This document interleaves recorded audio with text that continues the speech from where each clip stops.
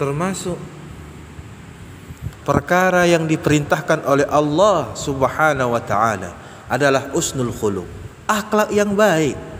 Allah Subhanahu wa taala berfirman memuji akhlak nabinya, wa innaka la'ala khuluqil azim. Dan sesungguhnya engkau ya Muhammad benar-benar memiliki akhlak yang luhur, akhlak yang agung.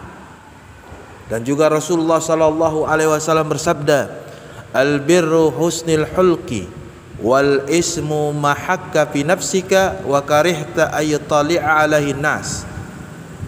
Kata Rasulullah sallallahu alaihi wasallam, kebaikan adalah akhlak yang baik, sedangkan dosa adalah apa yang terlintas dan terdetik dalam dadamu dan kamu tidak suka jika hal itu diketahui orang lain.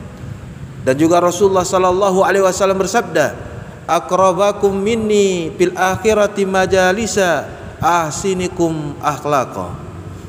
Sesungguhnya kata Nabi sallallahu alaihi wasallam, yang paling dekat denganku di akhirat majlisnya adalah yang paling baik akhlaknya. Juga Rasulullah sallallahu alaihi wasallam bersabda, innal mu'min liyudrika bihusnil halqihi darajatas shaim al-qaim. Sesungguhnya seorang mukmin akan mendapatkan kedudukan ahli puasa dan ahli salat malam dengan akhlak yang baik. Dan Rasulullah sallallahu alaihi wasallam ya ikhwan pernah ditanya, su'ila Rasulullah sallallahu alaihi wasallam an aksari ma yudkhilun nasil jannah faqala taqwallah wa husnul khuluq.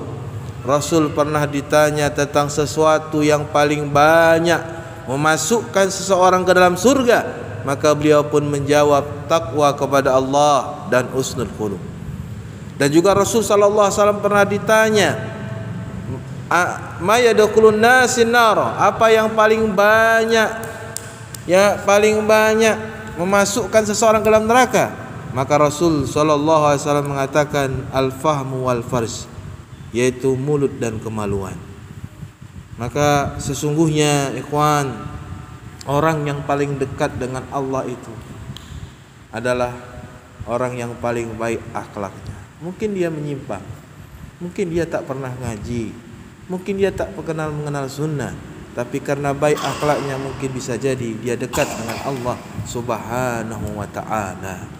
Dan juga termasuk yang paling besar yang bisa menghapuskan kesalahan-kesalahan kita nanti di yaumil kiamat adalah akhlak baik seseorang tadi. Begitu juga yang bisa mengangkat derajat seorang muslim di surganya, di jannahnya adalah akhlak yang baik. Maka oleh karenanya yani wajib bagi kita untuk yani memiliki husnul khuluq, akhlak yang baik.